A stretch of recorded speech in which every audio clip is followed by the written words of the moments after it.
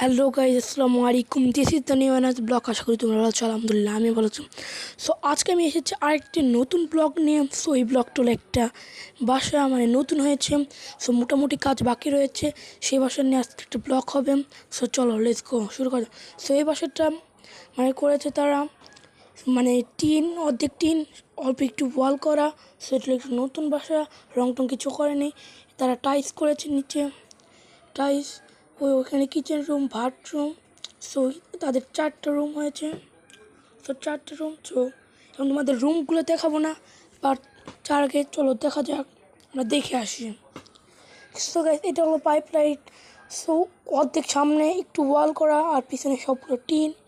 So সাইডে একটা room রয়েছে, ওটা ওয়াল করা। এটা হলো ওয়াইফাই। সো তারা এখন উঠিনি, মোটামুটিভাবে প্রস্তুতি নিচ্ছে। বাট গাইস এই তো আমি সো গাইস তাদের আয়নাটা খুব মোটামুটি নোংরা হয়ে গেছে। সো তারা এখনও পরিষ্কার করে নেই। তো তাদের কিচেন রুম দেখার পালা। সো চলো দেখা যাক। সো গাইস, তাদের কিচেন রুমে মোটামুটি সব কিছু নিয়ে আসছে। সো তাদের কিচেন রুম, সো ওই দেখো তাদের একটা ফ্যান লাগানো রয়েছে কিচেন রুমে। সো এটা হলো তাদের কিচেন রুম। সো তাদের কিচেন রুমে মোটামুটি জিনিসপত্র এনেছে। সে এখন কিচেন রুমের পালা শেষ হয়ে গেছে গাইস।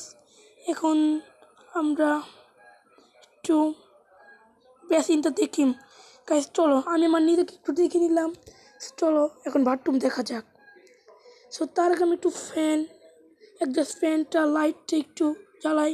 সেটা হলো তাদের বাথরুম। সেটা হলো মোটামুটিভাবে, এটাও নোংরার গ্লাসটা। সো এটা তাদের বাথরুম। সো এখানে তারা হঠাৎ একদিন গোসল করছিল। সো চলো এখন রুম দেখার পালা।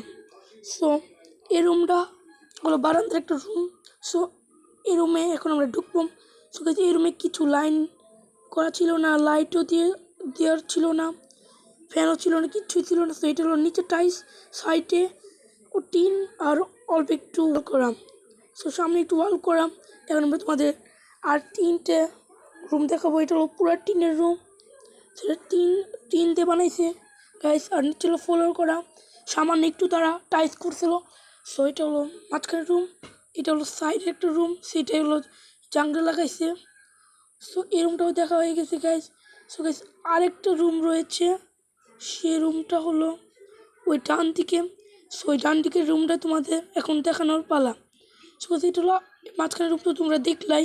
সো গাইস, এখন ডান দিকের রুমটা খুব নোংরা।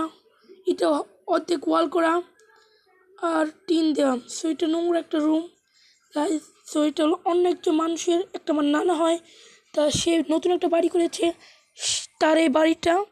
সো এটার জন্য আমরা আজকে ব্লগটা ছিল। সো গাইস, তোমরা লাইক অ্যান্ড কমেন্ট করবা।